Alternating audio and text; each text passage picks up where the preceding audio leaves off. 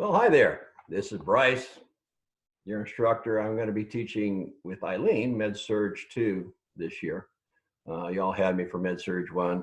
You all know me, right? So this video is just an introduction to basically how we're going to be teaching the whole quarter. And so I thought I'd just do a little introduction video to get you used to it, and also let you know a new teaching style that Eileen and I are going to be using.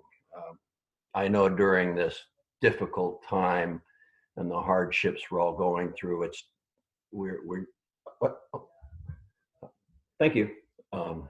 Just want to let you know that we're working very hard to, make sure that we make this difficult time transition go well.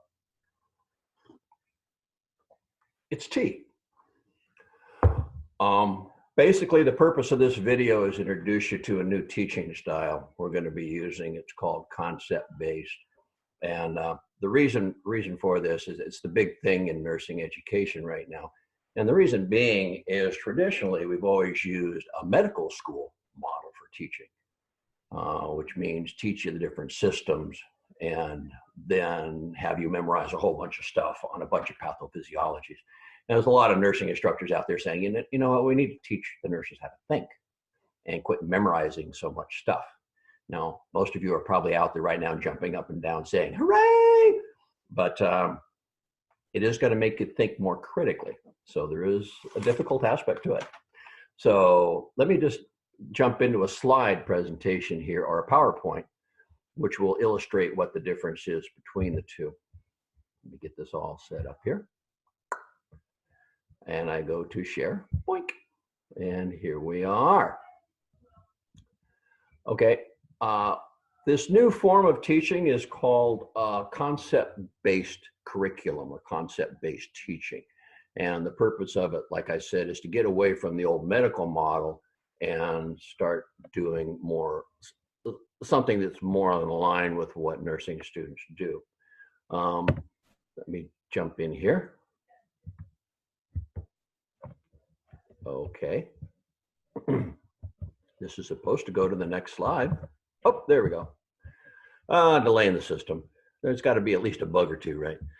Okay, here's our traditional medical school model. It's called system-based. And basically what that means is we get a system like respiratory system, cardiac system, genitourinary, gastrointestinal, whatever.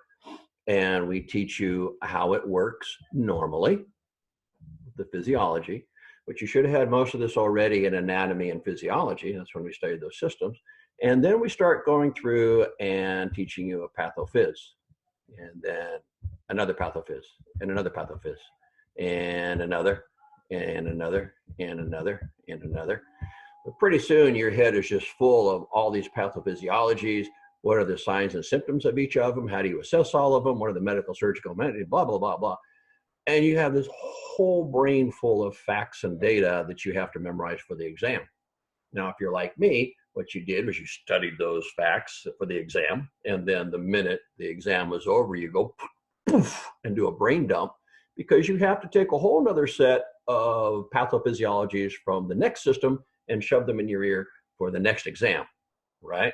Am I wrong?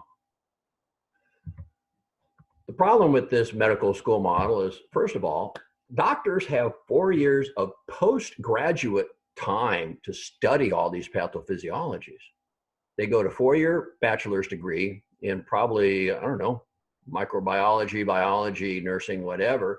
Then they get 4 more years to study every single system in the body. Then they usually have a year of internship where they learn how to take all that knowledge and apply it.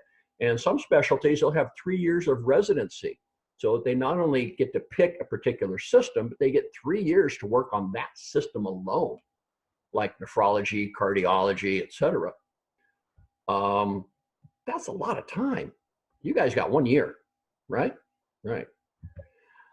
Another reason doctors have to study under this model is because they are going to be the ones that are responsible for diagnosing the patient, ordering the labs, ordering all the tests, and writing the prescriptions for the medications that they're going to be using. You guys don't do any of that. You're going to be caring for the patient symptoms. You're going to be carrying out the doctor's orders. And frankly, they get paid more. You know, they go through all this schooling and all of this crap, and they get a big paycheck for it. You're not going to make as much as the doctors. So what are we going to do instead? Instead, the nursing model now for concept-based nursing is to start with a concept. A concept can be something like, mobility, infection, inflammation, psychosocial issues, adapting to activities of daily living. This is what we do. This is where the rubber meets the road for nurses. Now, first thing we will do within this curriculum is we define the concept. You know, what is mobility? It's the ability for people to get up and move around and use their musculoskeletal system to do activities of daily living. So we do want to see, you know, how this works normally. But how mobility works normally, we're all pretty much familiar with that. We do it every day. And then we use what's called exemplars. Exemplars are another name for the examples of what happens when something goes wrong. So in other words, an exemplar is a pathophysiology. And what we'll do is we only take a couple pathophysiologies and study those. And the reason we do that is we want you to learn how that pathophysiology affects the concept. How does a pathophysiology affect mobility? Well, you break your leg. It's a fracture. That's a pathophysiology. How does that affect your mobility? As nurses, we're the ones responsible for getting them mobile again, or at least helping them with their range of motion. Now, with each of these, we will still study the etiology and assessment of that pathophysiology, as well as what is the doctor going to do? What medical and surgical management is the doctor going to use on that patient? It's still important that we know what the doctors are going to be doing with the patient because we're responsible for carrying out their orders, interpreting the labs, etc., giving them the medications. And then we're also going to study what the nursing management is of that patient. And that's where your care plans come in, because your care plans explain to you how you're going to manage that patient. Now, the advantage to this model is we're using concepts rather than body systems. The concepts could almost be interpreted as like the signs and symptoms of the patient, but that's what we as nurses work with. You're going to have fewer pathophysiologies. Okay, this is where you can cheer. You're not going to be memorizing signs and symptoms and characteristics of 14 different pathophysiologies. I've tried to limit it to only 3 pathophysiologies per concept, but sometimes we have to do break that concept up into a couple areas. For example, mobility. There's a concept, we deal with fractures, but then there may be also other musculoskeletal things too. So we're dealing with the skeletal system, but then we'll see mobility again when we talk about the muscle system.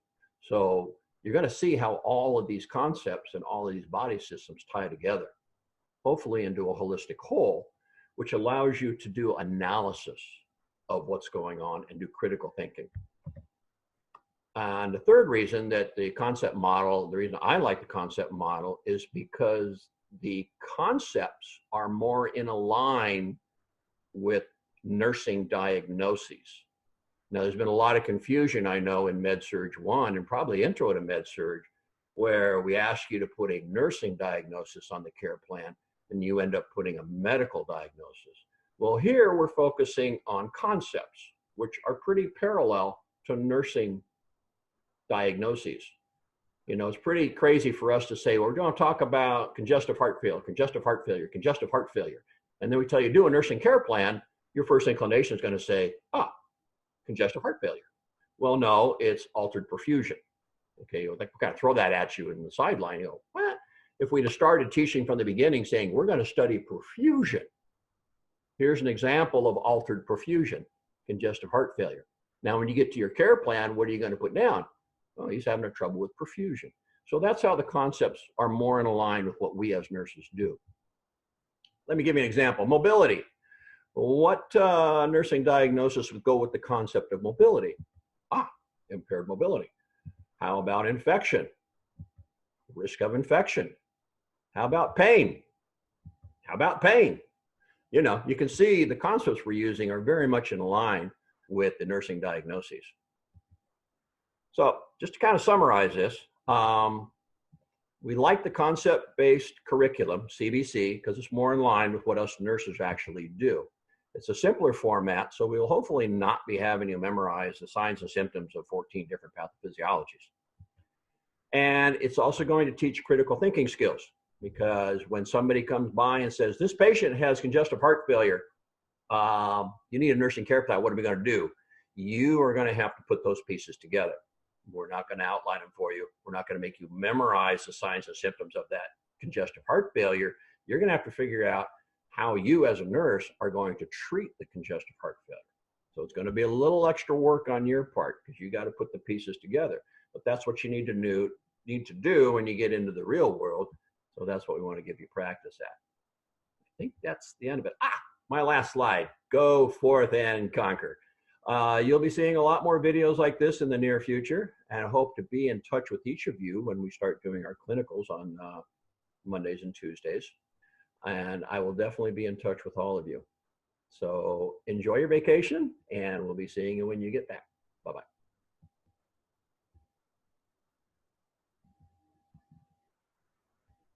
And I just have to figure out how to stop the recording.